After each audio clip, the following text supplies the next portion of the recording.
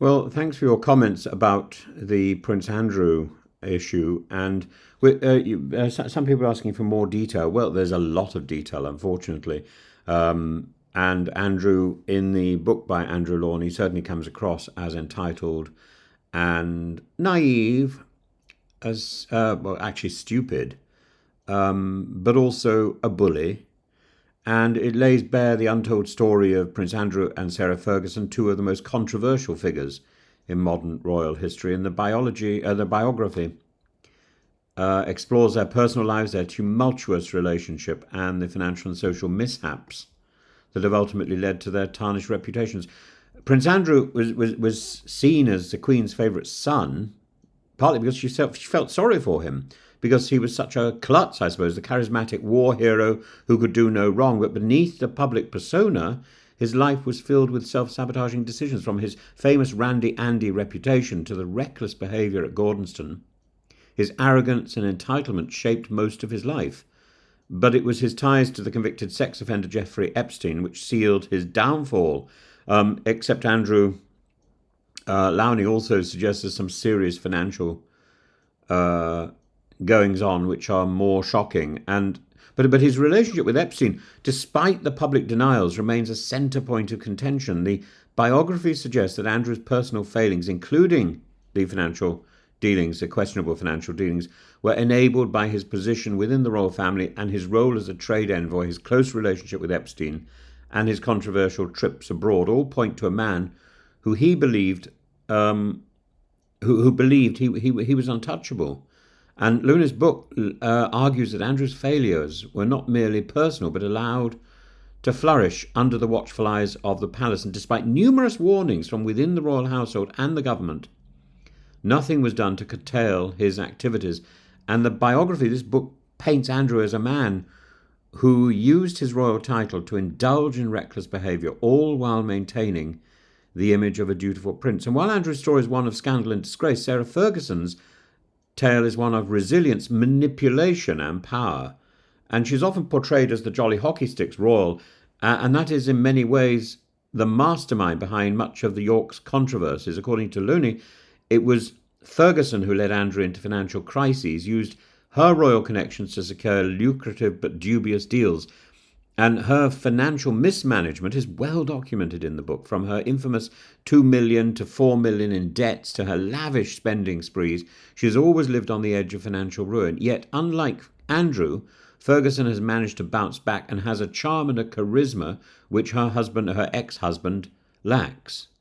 And whether through her charity work, her relationship with the media, her ability to charm the public, Fergie has remained a fixture in the royal spotlight. But Looney argues that Fergie's power is not just her ability to survive scandal, but her subtle manipulation of the royal narrative. Her ties to Epstein, while not as widely publicised, may have played a significant role in her personal and professional failure. But it's her enduring influence on Andrew that has arguably been more damaging. She knew how to manipulate her environment, using her relationship with Andrew to maintain her position within the royal fold, even as his reputation crumbled. And both Andrew and Fergie have been liabilities to the royal family. That's the point of the book. But the question remains, are they more of a liability inside the family fold or outside it? And inside the royal family, they have a level of protection and control, but their scandals have been they've repeatedly threatened the monarchy's reputation. Outside the family, they might be free to make their own decisions, but without the family's PR machine to control the narrative, they risk further alienating the public and doing more damage. What secrets do they know?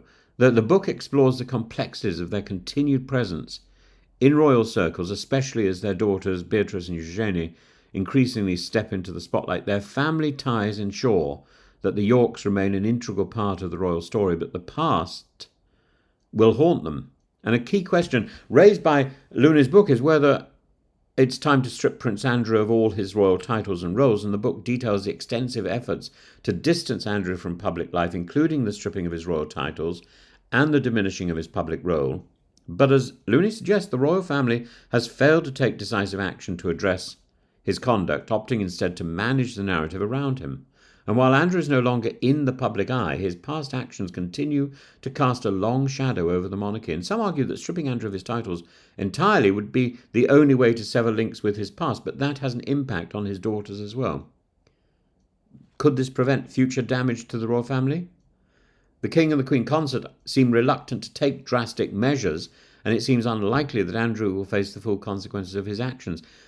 Attention has turned to Prince William and Catherine's recent vacation on a yacht, though the British media refrain from reporting on the trip. The Greek press is full of details about the royal couple's retreat to the Mediterranean. This has sparked discussions about the balance between the royal family's desire for privacy and the public's right to know. The yacht scandals, scandals of the of what's going on mirror the ongoing debate about royal transparency. Not that William and Kate are particularly scandalous. Dull, possibly, is the expression. Some would argue that the royals should be allowed their privacy, while others believe that the monarchy's public funding demands a higher level of accountability.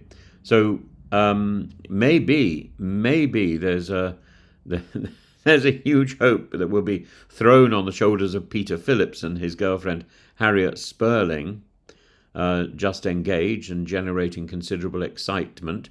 But the